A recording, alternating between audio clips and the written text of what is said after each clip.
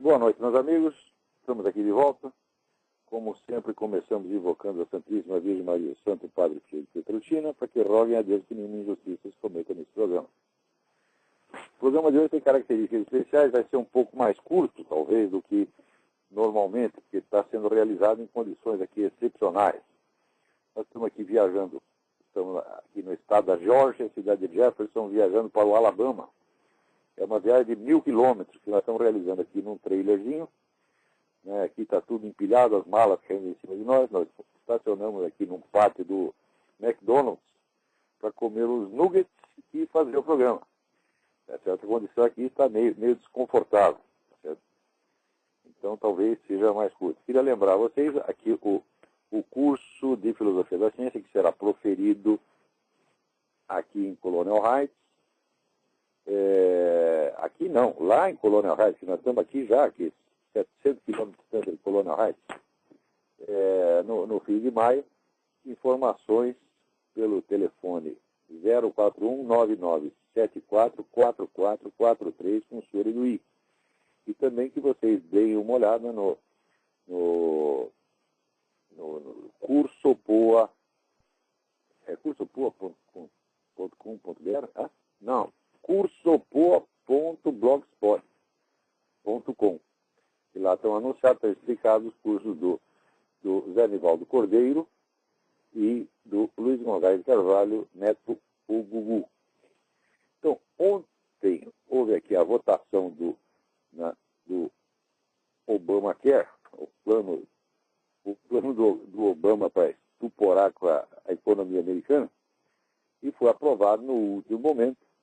E viram você, mas que truque mais safado. Porque lembra quando o Obama estava fazendo o discurso do Estado da União, e ele falou que o plano de saúde dele não ia financiar o aborto. E daí teve um senador que gritou, "You lie, você está mentindo." Daí todo mundo ficou bravo com o senador, mas o senador disse a verdade, porque, de fato, o texto do projeto aprovado assegura o financiamento para entidades que promovem aborto. Agora, acontece o seguinte, como é que o Obama ganhou os votos daquela pequena parcela de republicanos, de democratas que eram anti-aborto? Ele chegou para eles na última hora falando, não se preocupem que eu vou emitir aqui uma ordem presidencial, o equivalente brasileiro da medida de emergência, equivalente americano da medida de emergência.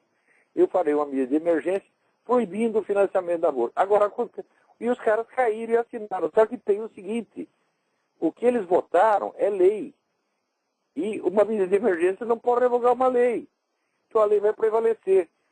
Quer dizer, o Obama diz, não, pode assinar, deixa que eu assino aqui uma ordem presidencial, não vai ter dinheiro para o aborto. Ele pode assinar quantas ele queira. Já está aprovado agora, eu disse, fudeu. E ele enganou todos os democratas, né, anti-abortistas de uma vez. Aliás, a sucessão de fraudes que houve nesse negócio é uma coisa impressionante. Por quê? No meio da semana se noticiou que os bispos americanos estavam apoiando o plano de saúde do Obama. Só que quando você vai ver, o bispado não foi consultado de maneira alguma. São algumas ONGs falsamente católicas, tipo Católicas pelo Direito de Decidir, emitiram isso aí e a imprensa inteira noticiou que a Igreja Católica, os bispos da Igreja Católica estavam aqui apoiando o Obamacare.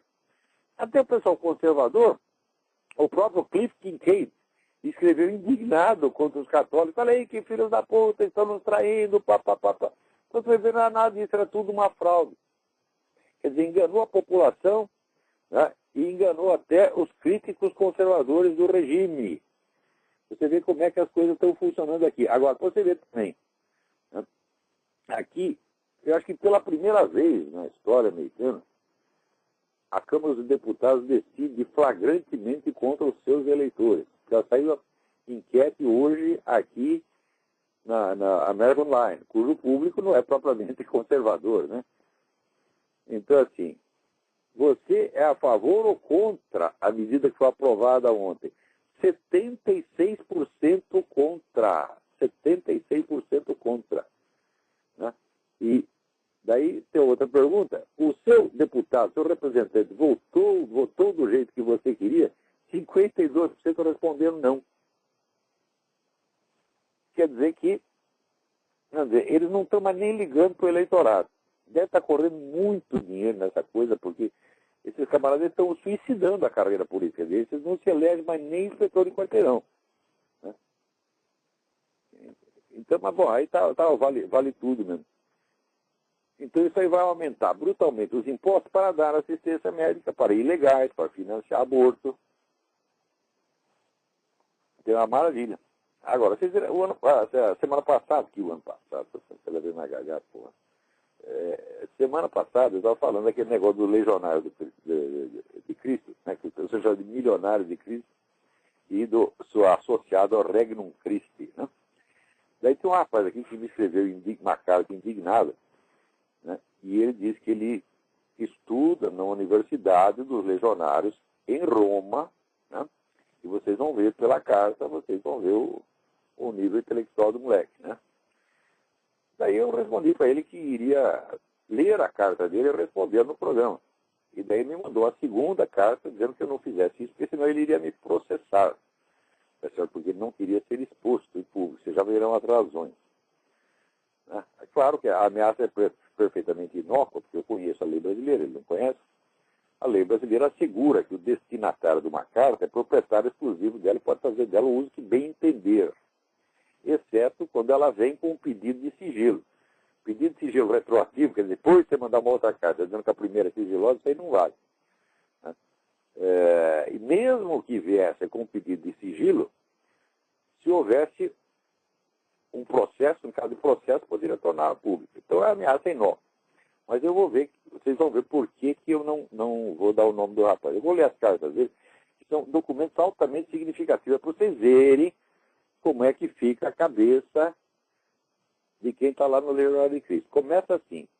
Aqui vai de um conservador social-democrata, que um dia já ouviu o senhor e com muito orgulho é membro do Regnum Christi e estuda numa universidade do Legionário de Cristo em Roma e que nunca pensou que lhe enviaram e-mails desses. Bom, eu estou aqui pensando que caso de coisa é conservador social-democrata, mas tudo bem. Vamos lá. Daí ele continua assim. O senhor é um fracassado, um mentiroso, um julgador da pior espécie. De onde o padre Marcial comeu os filhos, seu velho de merda? Porque eu sou um velho de merda, não tem a menor dúvida. Eu sou o primeiro que afirma. Agora, quem disse que o padre Marcial comeu os filhos, foi os filhos. Aliás, eu cometi um grande engano, porque eu disse que comeu o filho, não foi o filho, foi a filha. Olha que coisa, né? Um engano terrível. De onde o padre, ele quis dizer, olha a elipse, ele quis dizer, de onde você ouviu dizer que o padre, não é de onde o padre Marcial comeu os filhos, porque de onde, bom, só pode ser pela via anal ou vaginal, só tem duas. Né? Daí continua, seu velho de merda, você não come ninguém? Como, meus filhos? Eu comi muita gente, mas criança não. Nem quando eu era criança eu comia criança. Agora, eu continuo mais meus próprios filhos. Nem meus filhos. Já tive filha adotiva, acabei de criar a menina, casou, teve 8 filhos, tá entendendo? Está lá feliz com o marido, tá entendendo? E quem tocar num fio de cabelo dos meus filhos, das minhas filhas, tá certo? Ou dessa menina, chama Lia, né? Chama, não, chama. Né? Ou aqui, da Isabela, que é como minha filha, pô, eu torci o pescoço do filho da puta, você tá entendendo? Que é o que tem que fazer com esse cara. Quer dizer, tem gente, hoje em dia, as pessoas não crescem mais, não ficam adultas, então elas não entendem o sentimento paterno. Elas não sabem o que é o amor de pai pelo filho. Amor de pai pelo filho é um negócio que torna você um assassino de um minuto para outro se alguém mexer com seu filho. Tá certo? Quer dizer, o instinto paterno é um instinto de defesa da integridade do filho. É um instinto muito profundo, mas as pessoas não têm mais hoje. Simplesmente não tem, não sabe mais o que é. Né? Então, a única forma de amor paterno que ele concebe é isso aí, o velho lá comendo os filhos, enrabando a filha, o filho. Eles acham isso normal. E o cara tem que ele equaliza. Um já se viu, o padre Marcel, dizer que comeu os filhos, você não come ninguém, olha ele, está equalizando. Eu comi um monte de gente. Quando era jovem, comi um monte de puta, empregaria doméstica, minhas amigas, até minhas inimigas. Tá entendendo? Eu fiz tudo isso. Mas é o seguinte, eu não digo que eu sou santo, eu não vendo a minha santidade para ninguém, Tá certo? Eu não estou aí me fazendo de porta-voz da Igreja Católica e eu não estou arrancando dinheiro de milionários nenhum para fazer uma organização do tamanho desse tipo. Porque uma das últimas notícias que eu tive deles aqui foi que eles compraram um edifício que era da IBM. O edifício é tão grande que eles não conseguem ocupar a porra do edifício. Já encheram de gente lá e ainda está sobrando espaço. Né? E programaram lá uma universidade tão grande. O projeto da universidade é tão grande que a cidadezinha no estado de Nova York, está reclamando que isso vai desequilibrar a economia local. Que eles não têm condição de receber aquilo. Você vê, isso é numa cidadezinha aqui. Então você imagina a quantidade de dinheiro que tem. Né? Daí o cara prossegue aqui. Você é um pecador como tal, vai ser julgado tanto quanto ele. Mas é claro que, aliás, você é julgado ou caço. Ou caço. Eu entro lá esperando a misericórdia e não julgamento. Eu vou pedir para Jesus Cristo. Não seja meu juiz, seja o meu salvador. Não é isso que você vai pedir ou você vai lá? Já me julga, porque eu sou gostosão, né? Eu sou santo. Esse pessoal, todos esses filhos da puta, todos do Legionário de Cristo, vão tudo entrar lá, nós somos santos. Porque o pessoal acaba de conhecer o Maciel, o Porcoeira, já está dizendo, é santo. Ora, porra, que palhaçada é essa? Daí ele diz aqui, até apologia da masturbação você faz. Não, eu não fiz apologia da masturbação, eu apenas disse que é melhor você ser um masturbador do que você ser José Stalin ou ser esse padre Marcial Maciel.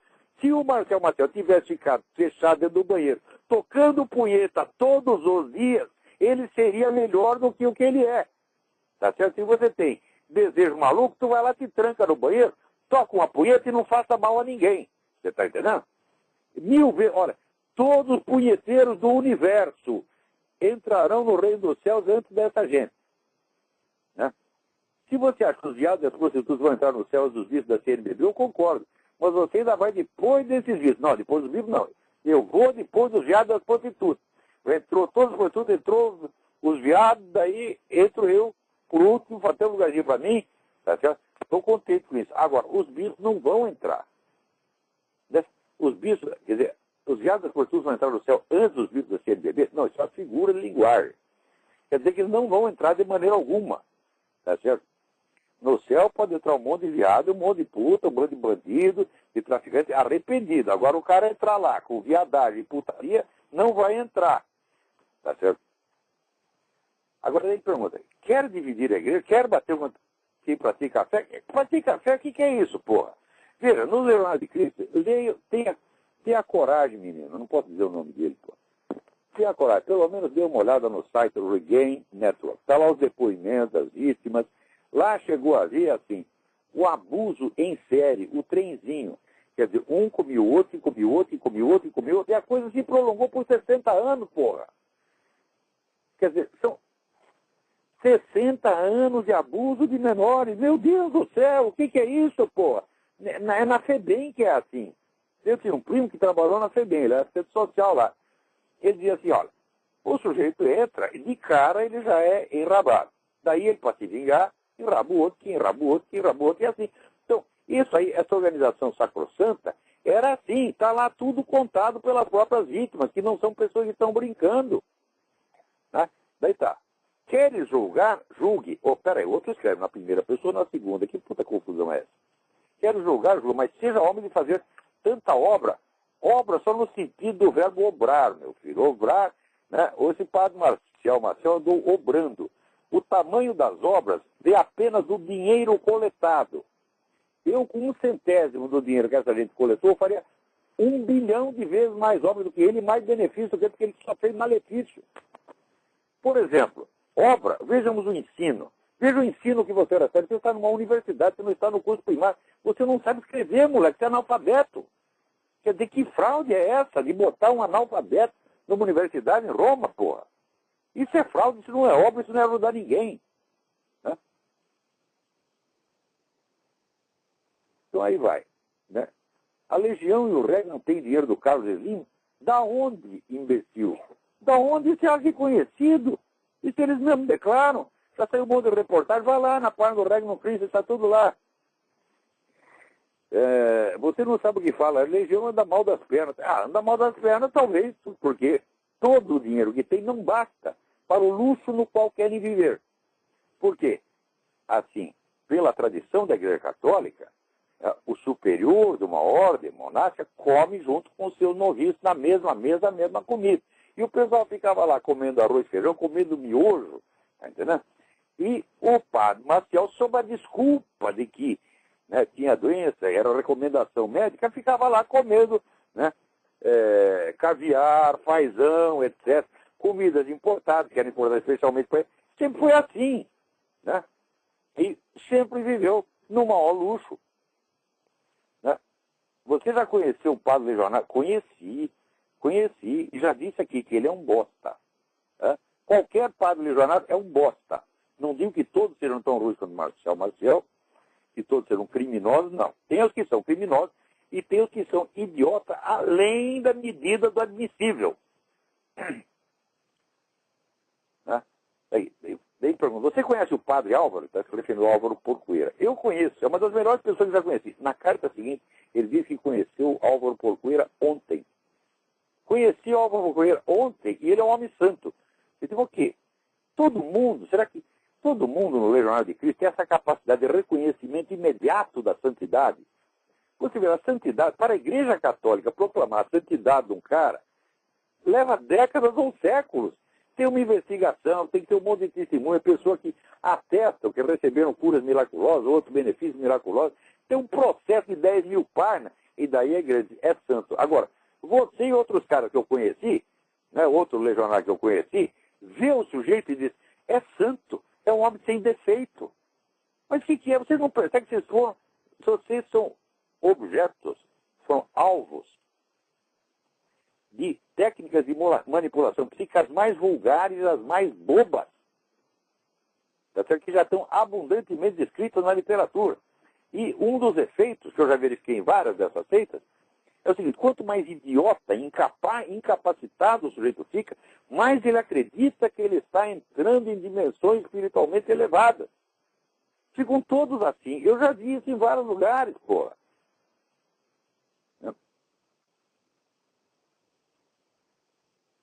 Vamos lá. As únicas pessoas que eu conheço que lhe ouvem são membros do Regnum Christi. Ah, então eu vou ficar sem audiência. Ó, todos vocês que estão ouvindo, eu quero estar dizendo que vocês são todos do Regnum Christi. Puta que pariu! Quem está lá no Regnum Christi vai dizer, saia de lá ou saia do meu curso, desapareça. Tá certo? Porque eu não tenho capacidade para dar um jeito no seu cérebro depois do estrago que esses caras fazem. Vítimas, gente que passou por esse tipo de seita e que saiu em frangalhos, tá certo? Com o cérebro em estado de paçoca, o sujeito tinha virado assim, QI de galinha, e ao mesmo dizendo besteira, e ao mesmo tempo com aquela presunção espiritual de santidade. Eu já vi milhares de pessoas assim, e eu sei que eu não tenho capacidade para curá-los. Né? Isso aí você precisa de tratamento, então vai procurar um psiquiatra, não a mim. Então quem está lá no Regnum Christi, no Legionário de Cristo, vai procurar um médico, sai do meu curso, vai embora. Depois de 7, 8, eu já vi gente que saiu de seita, dessa seita, onde ficou contra os meus conselhos, seitas que eu denunciava, que era insistia, porque acha, eu sei, eu faço, eu aconteço, lá. Daí saía, ficava de 4, voltava para casa da mamãe, daí a mamãe pagava o psiquiatra, até depois de 10 anos, chegava o cara dizendo, você tinha razão, me fudi. Então, porra, isso não aconteceu nenhuma nem duas vezes, vai acontecer agora com todos vocês que estão teimando comigo. Daí, respondi para ele. Né? Prezado senhor, vou ler e responder sua mensagem no meu programa, fornecendo seu endereço de e-mail aos ouvintes para que você não desfrute dos benefícios da privacidade ao discutir com alguém que está exposto aos olhos do público. O que é justo, não é? Daí sugeria que ele lesse o Regain Network, Regain, R-E-G-A-I-N, depois N de novo, E-T-W-O-R-K.org. Não deixem de dar uma olhada nisso, a documentação está tudo lá. Daí ele me responde de novo. Não, senhor, mas estou propondo disposição a alguém. Se queres, discuto com o senhor. Peraí, que porra de concordância é essa, moleque? O que tu está fazendo numa universidade em Roma? Quando tu devia estar numa escola primária no Brasil? Quer dizer, aí já começa a fraude. Como é que te aceitam numa universidade se você não sabe nem as regras mais mínimas da língua portuguesa? Se queres, discuto com o senhor de qualquer coisa que queiras, que errastes, e julgastes. Eles são 3 pessoas, já são a terceira Eu estou na segunda, na terceira do singular e na terceira do plural. Ora, porra! O Lula escreve melhor que você, porra! Se usares o meu nome, o meu e-mail no seu programa, e aqui não o autorizo, eu entrarei com ação judicial contra o senhor. Puta merda. Né? Ai, ai, ai, ai. Pessoas como o Padre Maciel erram como qualquer um. Erram como qualquer uma, meu filho? Peraí, você acha que pedofilia é errar como qualquer um? Não, você diz assim, ó, olha, o Padre Maciel estava com fome, roubou um tomate no Walmart. Tudo bem, meu filho, né? Vamos supor, o Padre Maciel, né, uma noite estava passando na rua, passou uma mulher gostosinha, ele foi lá, passou uma cantada e discretamente comeu a mulher, depois voltou, se arrependeu. Se fosse isso, né, erra como qualquer um. Vamos supor, o Padre Maciel estava tendo, né, sonhos eróticos, acordou, tocou uma punheta. Isso é errar como qualquer um. Agora, abusar de dezenas, centenas de meninos, uma após a outra, criar uma organização montada no segredo para esconder isso, fazer tudo isso em nome da Igreja Católica, emporcalhar a imagem e autoridade santa da Igreja Católica para acobertar tudo isso. Isso não é errar como qualquer um, não. Isso não é erro, isso é crime, meu filho. Né? Agora, falar que a filha, você erraste, é o seu cu, menino. Você erraste ao falar que era filho. Eu erraste. Não tinha aquela musiquinha? Como é? Nega, tu me crocodilaste, vou te jogar no mato pros macacos, te apanhaste. É essa concordância que você usa. Você erraste, tá certo. Eu erraste, é? Eu disse que era o filho, ele não comeu o filho, comeu a filha. Puta que pariu! Disse que ele comeu ela. Para que tanta raiva, Olavo de Carvalho? Puta, olha aqui. E o Padre Álvaro, eu o conheci ontem, é uma pessoa sem qualquer defeito, ao meu ver. Você conheceu o cara ontem, já sabe que ele não tem defeito. Puta merda, a gente convive com pessoas 10, 20 anos, tá certo? Depois um dia o cara te dá uma rasteira, te engana, come sua mulher. Até hoje ninguém comeu, graças a Deus. Esse problema não tive. Também não comi mulher de ninguém. Uma vez, numa festa, eu bêbado, dei uma cantada na mulher de um amigo meu que já morreu até. Eu tenho vergonha disso até hoje. Já confessei, não adianta confessar. Confessei e continuo achando. Sou um bosta. Como é que eu fui fazer aquilo? Depois que o cara morreu, ele morreu 20 anos depois disso. Depois ele morreu, eu fiquei mais arrependido ainda. Agora esse Padre Maciel, não. Quando se revela tudo isso, o que ele faz? Ele fica quieto, não diz uma palavra, o que é procedimento típico de criminoso. O pessoal diz, não, ele é tão nobre que ele não se defendeu. Não, ele ficou quieto. Agora, enquanto ele estava quieto, a organização bilionária dele perseguia e tentava botar na cadeia todos aqueles que estavam denunciando. Quer dizer, é claro que é conduta de criminoso. Conduta dupla, falsa. Né? Defeitos, erros. Sim, tem aqueles que fazem isso contra aqueles que geram obras na igreja. Eles fazem isso o quê, meu filho? Quer dizer, eu estou enrabando os caras dos legionários. Eu enrabei o Padre Maciel, eu enrabei o Porpoeira. Eu não enrabei ninguém, estou aqui quieto no meu canto, porra. Eu não fiz nada do que eles fizeram. Né? E daí aqui chega o pedaço mais bonito.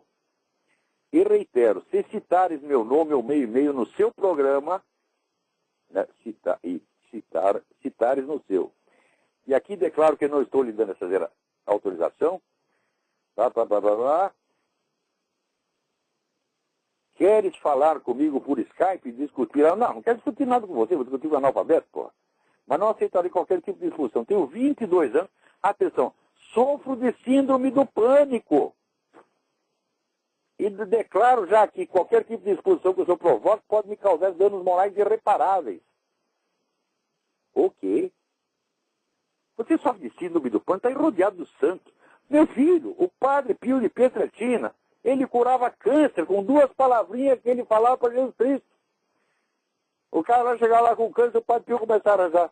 Meu senhor, pronto, nosso senhor já curava. Antes de acabar a prece. Curou milhares de pessoas. Fez enxergar uma menina que não tinha pupila. E você está aí rodeado dessa legião de santos e não cura uma merda de uma síndrome do pânico? Vem aqui que eu curo a tua síndrome do pânico. Eu dou duas palmadas na bunda e quero ver se você tem síndrome do pânico, que é viadagem, tá entendendo? Então, olha o estado em que está o sujeito, o estado intelectual e moral em que está esse menino, cujo nome eu não vou dar, por caridade. Não é por meio de represálias legais, que elas não existem na lei brasileira. Né? Veja, é assim que ficam os meninos do Legionário de Cristo, todos eles. Menino não, pois é um homem velho lá de 50, 60 anos. Né? Tá tudo assim. E não quer que eu fale contra uma merda dessa. Eu vou falar pior. E aí vai. Agora, tem aqui o professor Benê Barbosa me manda um negócio que saiu no Observatório da Imprensa. O Observatório da Imprensa, que é o Sanatório da Imprensa, com C cedilha. Né? Então, já disse você o que acha o Observatório da Imprensa, ele só serve para fiscalizar a dose de esquerdismo. Agora, eles fizeram um negócio denunciando, é um estudo ideológico sobre as revistinhas do Maurício de Souza, a Mônica. Por exemplo, a Mônica prega a violência. É uma publicação perigosíssima. Você não pode deixar seu filho ler a Mônica. Tira essa revistinha dela, porque a Mônica sai com aquele coelhinho, dando na cabeça de todo mundo. Isto é de uma violência intolerável, onde já se viu passar esse material subversivo, terrorista para as criancinhas. Tira a revistinha da Mônica dela e manda ela para o Legionário de Cristo. Puta merda, obrigado, Benê Barbosa. Olha, se ele não me contasse, se não mostrasse a matéria, eu não ia acreditar. Né? Ai. E também aqui o Bruno Gama Duarte me mandou um negócio interessantíssimo que eu não tinha visto. É um material de 2006. É uma conferência sobre estudos tradicionais, né? Comparative Religion, religião comparada e tal, onde os conferencistas principais eram Seyyed Hossein Nasr, Houston Smith e outros, todos membros da tariqa do Free Thought Front, todos discípulos do Front. E quem faz a conferência inaugural? O Príncipe Charles. Ou seja, ele não está lá só abrilhantando com a sua presença real, tá certo? Um empreendimento que é, obviamente, parte de um gigantesco plano de ocupação do Ocidente pelo Islã. Eu já expliquei isso, posso voltar a explicar. Quando você lê a apresentação que ele faz, você vê que ele entende profundamente de todo o pensamento da escola dita tradicionalista. Guénon, Schron, Burkhardt, ele leu tudo, tanto quanto eu, entende profundamente do negócio e está totalmente imbuído.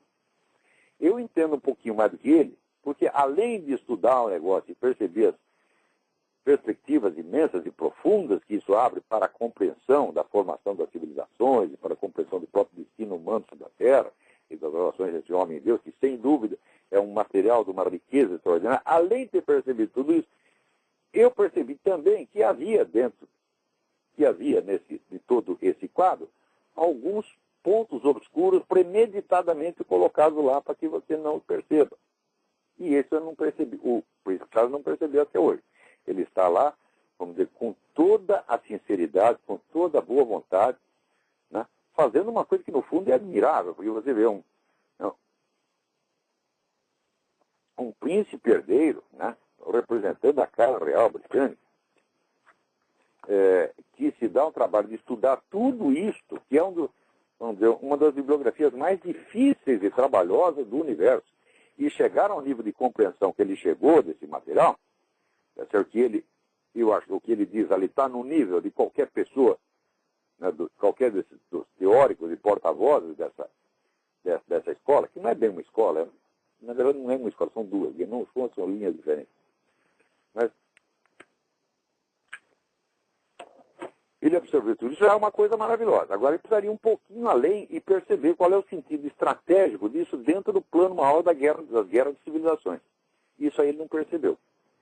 Aliás, ele está achando que esse aporte da escola tradicionalista pode renovar ali a cultura britânica, pode devolver a sanidade à Europa, tá certo? Não pode, não. Porque ali esse pessoal sufre, eles vão fazer a coisa ambígua, tá certo? Eles vão tentar adoecer a Europa até a Europa ficar bem fraquinha, e quando a Europa cai na mão deles, islamiza tudo, daí eles curam. Eles mandam a doença e mandam a cura, tá certo? Isso é o velho truque sufi, que aliás vem da própria concepção islâmica de Deus. Porque nós aqui achamos, vamos dizer, que os malefícios vêm do diabo. E os bens vêm de Deus. E eles acham não, que o bem e o mal vêm tudo de Deus. Então isso quer dizer, se é para fazer a sacanagem, eles seguem muito a teoria do bode. Sabe aquele negócio? Pô, o bode dentro de casa, aí botou uma merda, aí tira o bode, agora ficou bom, ficou bom. Né? Então quando dá zero, para eles está ótimo, é vantagem. Então, eu tinha dito há anos atrás, olha, o Prince Charles é um membro da Tariqa do Som, um discípulo do Martin Lins. Eu sei porque eu conheci o Martin Lins. Né? Tive muito boas relações com o Martin Lins, até quando perdi o contato com ele por fatores que não interessa, que não foi por culpa dele, foi um problema com o Suon, mas que não compromete o Lins de maneira alguma, nem o Lins, nem eu sei de você, nasce, são pessoas por que tem uma hora assim. Ele foi discípulo do Martin Lins, o qual foi sucessor do Suon como sheikh de uma tariqa. Tariqa é uma organização esotérica islâmica. Hein? Então, um item importante, vamos dizer, na guerra cultural do Islã com o Ocidente é que a religião muçulmana reconhece a importância, a santidade de Nosso Senhor Jesus Cristo, não o aceita como Deus.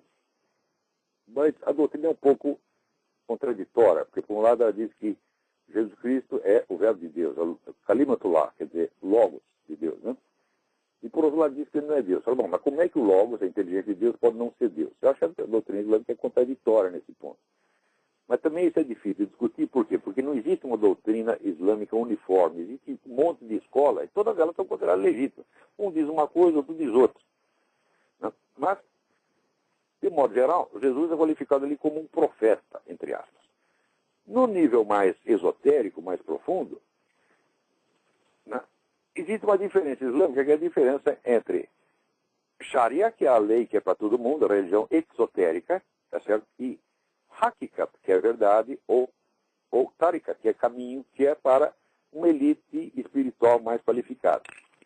E a teoria que o René Guénon espalhou no Ocidente é que o cristianismo era originariamente apenas uma tariqa, não era uma religião, não tinha autoridade de religião, era apenas uma escola de ensinamentos secretos. E que, em função da necessidade do mundo antigo que estava caindo pelas tabelas, esse esoterismo se exoterizou e virou uma religião ex post facto. Né? O último livro do Jean Borella, que se chama Esoterismo Guénoniano e Mistério Cristão, demonstra que essa tese é absolutamente impossível, inviável, historicamente, absolutamente falsa. Ora, isso quer dizer o seguinte, que a ideia não é destruir o cristianismo, mas absorvê-lo dentro do Islã como uma variante esotérica do Islã. Porque as escolas esotéricas elas estão submetidas à religião majoritária ou exotérica. Então você islamiza tudo, mas os elementos, vamos dizer, aproveitáveis do cristianismo se integrariam dentro do Islã como sendo uma tariqa entre outros. E os cristãozinhos ficam lá tudo contentes porque eles ainda são cristãos. Olha, minha gente, eu caí nessa história. O Suon disse para mim, olha, você pode praticar esoterismo islâmico sem você deixar de ser cristão. Foi depois que eu percebi, falaram, não. O cristianismo que eles estão falando é apenas um esoterismo dentro da religião islâmica. Do mesmo modo que, na escatologia islâmica, a versão islâmica do Apocalipse, virá um enviado islâmico, que é o Mahdi, quer dizer, o esperado, esse que vai salvar o mundo, e Jesus Cristo virá para ajudá-lo. Jesus Cristo vai ser uma ordenança do Mahdi. Então, é esta a boa convivência, que essa turma das taricas quer com o cristianismo. Então, quando eu percebi que isso aí era, no fundo, é uma empulhação, você está convencendo o cara que ele vai continuar sendo cristão, mas você está integrando esse cristianismo dele como uma parte subordinada dentro da moral, falar, esta aqui, a estratégia inteira da escola de Guénon é essa.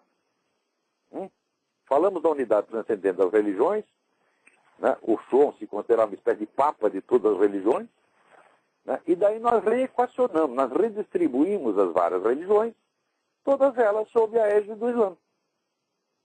Isso aí o príncipe Charles ainda não percebeu. Então, você vê que nas últimas, recentemente, sheiks islâmicos importantes estão recomendando aos muçulmanos na Inglaterra que votem no Partido Conservador. Então nós fazemos uma aliança com o Partido Conservador e nós governamos a Inglaterra. E dentro do Partido Conservador vai ter um monte de idiota cristão que acha que os caras estão lá mesmo para ajudar. Não, eles vão te ajudar, mas desde que você se integre no esquema deles.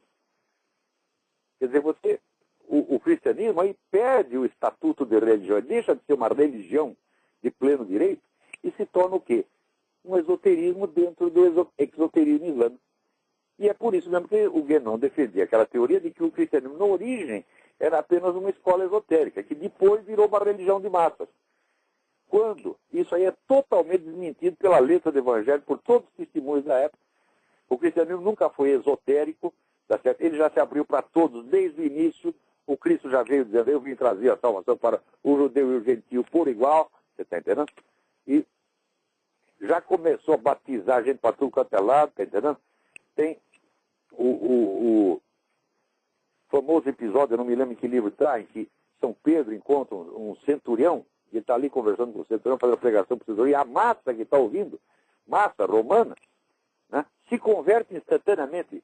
Vem o Espírito Santo e converte a massa inteira. Quer dizer, como é que foi vamos dizer, um esoterismo, quer dizer, uma sociedade quase secreta, que depois gradativamente foi se exoterizando até chegar no Concílio de Nicéia, onde, diz o Guénon, foi só aí que o cristianismo se construiu como religião, antes era só esoterismo. Isso é mentira! Mentira! O Guénon sabia que isso era furado, pô. Quer dizer, eu não estou negando o valor imenso da obra do Guénon, inclusive do ponto de vista da mecânica, do processo civilizacional. Essa gente da Tariqa do Som tem uma compreensão tão profunda que nenhum cientista político ou historiador ocidental tem. E é bom que o príncipe Charles saiba que ele tá começando a compreender o mecanismo, como é que se gera e se destrói as civilizações. Só que é o seguinte, a parte importante ainda não contaram para ele. Esconderam o segredo. Como é que uma civilização engole a outra dizendo que está defendendo. Tá certo? Então, agradeço muito ao Bruno Gama Duarte, que tem me mandado isso. Ainda vou escrever artigo sobre isso, vou dar as fontes tudo direitinho. Né? Foi uma conferência de 2006. Vendo a lista dos participantes, né, então a gente já sabe, isso aqui é coisa da Tariqa do Suon, porque são todos membros. Né? Então aparece lá um dizendo que é budista, outro dizendo que é hinduísta, outro dizendo que é protestante, e quando você vai ver, são todos membros da Tariqa. Eu já vi isso acontecer, vi isso com os meus 2 olhos. Olhos, ouvidos, eu estava lá, eu vi. Então aquele negócio, meninos, eu vi. Não veio lá, qual é a fonte? A fonte, isso é Moá, meu filho. Eu sou testemunha ocular da história, tá vendo? Eu vi tudo isso acontecendo. E eu não sei, vamos dizer, até que ponto o príncipe Charles está entendendo exatamente aonde que ele está entrando. Eu sei que hoje em dia existem esses 3 grandes esquemas globalistas. Tem o esquema, vamos chamar de ocidental, que é de George Soros, Rockefeller, essa turma do CFS. Tem o esquema islâmico e tem o bom e velho esquema comunista. E eles, às vezes, concorrem, às vezes se combatem uns aos outros. Tá, mas está todo mundo, o objetivo todo é esse, dominar o mundo. Quer dizer, quanta gente tem que se acha capacitada para governar o mundo? Ai, meu saco! Né? E depois vem com umas teorias extravagantes fazendo isso. Tem até cara que defende isso aí, defende a perspectiva evolucionista, diz que as espécies, né, elas proliferam quando elas dão certo. Então é a sobrevivência do mais apto. O mais apto prolifera mais. Mas se é assim, meu filho, as pessoas mais aptas estão na África, na Ásia, no terceiro mundo, que é onde mais procria. Né? Ao passo que na Europa, nos Estados Unidos, ninguém quer procriar. Entendeu? Então, ao longo dos últimos séculos, você vê que a população cresceu outro. Cresceu nas regiões mais pobres e miseráveis, não tem o que comer. Então, isso é que é a sobrevivência do mais apto? Né? E assim vai. Olha, também para encerrar aqui, né, eu, pela primeira vez na minha vida, eu concordei em gênero, número e grau com uma opinião do ex-senador Roberto Jefferson. Por que eu concordei? concordei quando li um artigo dele na Folha, com o título de São Ideológicos e por isso subvertem, uma coisa assim. Né? Saiu no dia 19. Eu concordei com cada palavra, porque cada palavra foi copiada do artigo meu, publicado no Diário do Comércio, dia 5. Podem conferir o meu artigo do dia 5, né, do Diário do Comércio, e confira com o do Alberto Jefferson na Folha do dia 19. O sujeito, pelo menos, né, não se pode dizer que o senador Alberto Jefferson não sabe escolher a quem plagiar. Se ele plagiasse o Emir Sávia, se ele plagiasse o Luiz Fernando Veríssimo, tá certo? Aí seria, como é que uma confissão, além de desonesto, seria estupidez. Mas não, ele não é estúpido, ele é apenas desonesto. Né? Que mais? Olha aqui, para terminar. Vai ter o próximo Fórum da Liberdade no Rio Grande do Sul. A gente vê que esses conservadores e liberais brasileiros, quanto mais fraco eles ficam, mais fraco ainda eles querem ficar. Porque desta vez chamaram para falar lá o doutor Quartim de Moraes. Pô, mas o que é isso, minha gente? No começo, a gente ia lá e só tinha pessoal liberal e conservador. Daí começaram, bota um esquerdista, bota outro, bota outro, bota outro. Quando passou por lá, né, aquele menino Alex Catarino, né, ele, sob a desculpa de pegar dinheiro do governo, ele convenceu o pessoal, né, ali os promotores do negócio, que é a turma do Gerdau e do IEE e do Instituto, antigo Instituto Liberal, que chama-se Instituto Liberdade, que é um pessoal maravilhoso, um pessoal excelente, todos eles. Aí chegou o Alex Catarino lá com boa conversa e disse, não, nós vamos tirar um dinheiro do Ministério, mas a gente tem que cumprir uma certa condição. E encheu de esquerdista, aquela porra pegou o dinheiro. Falei, escuta, mas peraí, o problema dessa turma não é dinheiro. Né? Tem grandes empresas no Rio Grande do Sul que financiam esse empreendimento sem exigir nada. No começo, o Jorge Gerdau sempre financiou o Fórum da Liberdade. Nunca eu vi o Jorge Gerdau chegar para mim e dizer, olha lá, você tem que dizer isso assim, assim, assim, assim. Chamava, me convidava, eu falava o que me dava na cabeça. Quer dizer, o próprio Jorge Gerdau, que botou o dinheiro do bolso dele, nunca tentou influenciar ninguém para falar isso ou aquilo. Agora, chega lá uma merdinha de um dinheiro do Ministério do caralho, tá entendendo? E já começa a ditar regra. Então você tem que passar o filme tal, tem que botar o fulaninho. Eu sei que depois disso a moda pegou. Agora já vai entrar até o Quartim de Moraes. Porra, o que é? Será que vocês entendem que quando eles estão minoritários, uma minoria, não dá espaço para a maioria? Quando é que vocês vão entender isso aí? Né? Se vê que em congresso esquerdista eles dão chance para um de nós. Nunca dão. Eles ocupam todo o espaço. E daí a gente, sei lá, 2% do espaço e ainda vamos dividir o 2% com eles. O que é isso, porra? Isso aí não é justiça. Isso é masoquismo. Masoquismo. Então, olha, com tudo o que eu sei e posso dizer a favor do Instituto de Estudo Empresarial do Rio Grande, Instituto Liberdade, gente, eu sempre tive a maior apreciação, sobretudo no tempo que era presidente do Instituto Liberal, do Sérgio Levin, que era um cara realmente combativo, não sei quem presidiu, deve ser uma pessoa de valor também. Com tudo que eu tenho de bom para dizer a vocês, eu também tenho que advertir, vocês estão cedendo demais. Né? Vocês estão afagando pessoas que querem matá-los. O Quartim de Moraes, gente, é um teórico maoísta. Tá certo? É do PCdoB, porra. Era chefe de organização terrorista, né, que até andou se gabando de que, vocês lembram esse episódio, ele se gabou de que participou do assassinato do Capitão Sandro e foi condenado por isso. Daí eu disse exatamente isso, baseado na informação dele, daí ele disse que é calúnia. Não participei de porra nenhum. Quer dizer, um cara que, porra, quer dizer que você quer caluniar o cara? Repete o que ele diz, confia no que ele diz, daí vira calúnia. Então, esse tipo de gente, esse bandido, esse mentiroso vulgar, tá certo? Vigaristinha, tá certo? Como é que vai convidar um lixo desse para ir no Fórum da Liberdade, minha gente? Então tá, por hoje é só, até semana que vem, muito obrigado.